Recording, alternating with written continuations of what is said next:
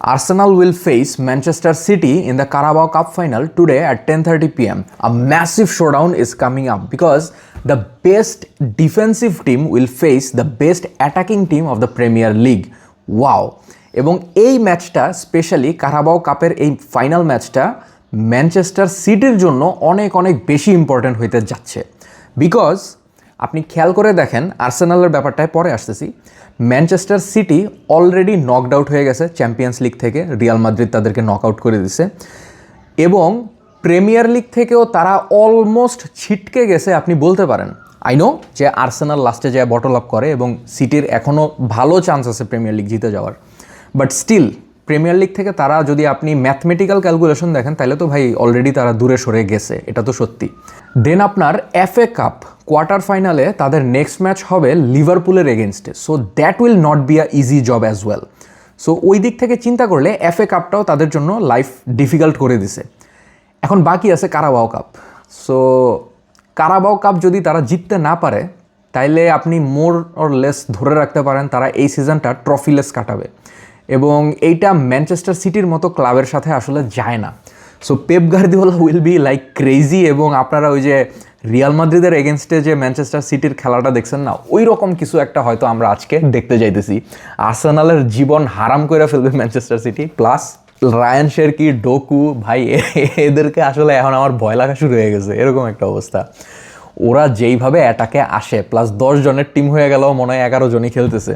So ওই দিক থেকে চিন্তা করলে আজকে সিটি তো আর্সেনালের লাইফ তেজপাতা বানায় ফেলার চেষ্টা করবেই, এটা খুব স্বাভাবিক। বাট অন্যদিকে যদি আর্সেনালের দিক থেকে দেখি তাহলে আমি অনেক পজিটিভ ভাইব পাইতেছি বিকজ আপনার আমাদের যে ইনজুরি লিস্ট ছিল অর্থাৎ ওডেগার্ড, টিম্বার ওরাও ব্যাক করছে যতটুকু জানি, বাট আমার মনে হয় না ওরা দুইজন স্টার্ট করবে। স্টার্টিং লাইন আপ নিয়ে আমার খুব একটা মাথা ব্যথা নাই বিকজ আর্সেনালের স্কোয়াড ডেপথ অনেক ভালো, যারাই নামাক সমস্যা হওয়ার কথা না। ট্রফি আর্সেনাল, আর্সেনাল ট্রফি, এই দুইটা জিনিস না একসাথে আসলে যায় না, বুঝছেন? মানে খুবই দুঃখের বিষয়, বাট কিছু করার নাই। আর্সেনালের জন্য ট্রফি একটা সোনার হরিণ। সো এই সোনার হরিণের এত কাছাকাছি আমরা যায়া ফিরে আসবো, এটা আসলে মাইনা নেওয়াটা কষ্টকর। সো ম্যানচেস্টার সিটির জন্য লাইফটা আজকে অনেক বেশি ডিফিকাল্ট করবে Arsenal because we have the best defence in Europe I think.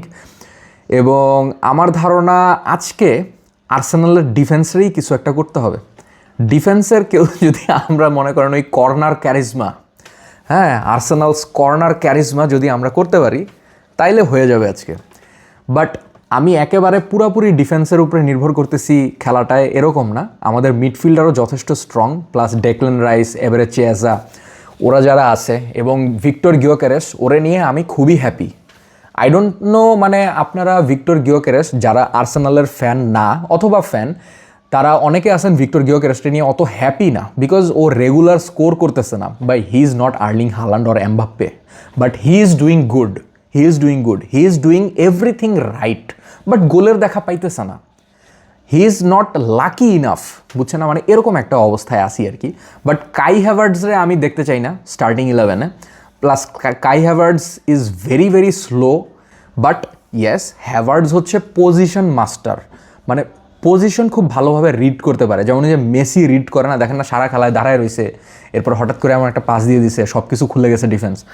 Havertz হয়তো ওই রকম পাস দিবে না, বাট হ্যাভার্টস নিজে এমন সব পজিশনে মানে যায় দাঁড়ায় যেগুলো আপনার অনেক ক্রিটিক্যাল একটা পজিশন ক্রিয়েট করে ফেলে অপোজিশন টিমের জন্য।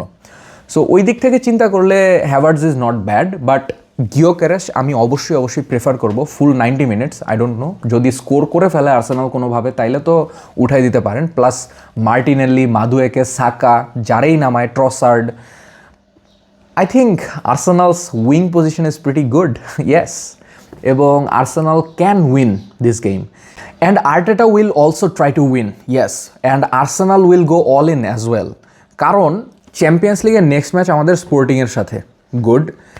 ইএফএল কাপ ফাইনালে আমরা পৌঁছে গেছি, প্রিমিয়ার লিগে আমরা মোটামুটি কমফোর্টেবল পজিশনে বসে আছি, এক ম্যাচ হাইরা গেলেও ম্যানচেস্টার সিটির সাথে সমস্যা হওয়ার কথা না। দেন আপনার এফএ কাপের যে ম্যাচটা সেটা হবে সাউদাম্পটনের এগেনস্টে, সো ওইটাও ডিফিকাল্ট হওয়ার কথা না। সব দিক থেকে চিন্তা করলে এই মুহূর্তে তো আর্সেনাল কমফোর্টেবল পজিশনে বসে আছে এবং সব ফোকাস এই কারাবাও কাপের ম্যাচে দেওয়ার মতো অবস্থায় আছে। ম্যানচেস্টার সিটি আর্সেনাল থেকে আরও অনেক বেশি ফোকাস দিতে পারবে এই ম্যাচে, এটা ট্রু, বিকজ তারা অলরেডি 2-3টা কম্পিটিশন থেকে নক আউট হয়ে গেছে। এই জন্য আমার ধারণা এই খেলাটা একটা মানে ম্যাসিভ শোডাউন আমরা আজকে দেখতে যাইতেছি, because this game will be like crazy এবং দুই টিম পাগল হয়ে যাবে ট্রফি জেতার জন্য। ম্যানচেস্টার সিটি অবভিয়াসলি তারা এই সিজন ট্রফিলেস কাটাইতে চাইবে না, এবং আর্সেনালের ব্যাপারটা তো আমরা সবসময়ই জানি, লাস্টে যায় বটল আপ করে দেয়। বাট আমার ধারণা এইবার আর্সেনাল ভালো করতে পারবে, এবং আর্সেনালের যে স্কোয়াড আছে এই স্কোয়াড যে কোনো কম্পিটিশন জেতার জন্য capable enough. So what do you think? Arsenal or Manchester City? Who will win? Let me know in the comment section.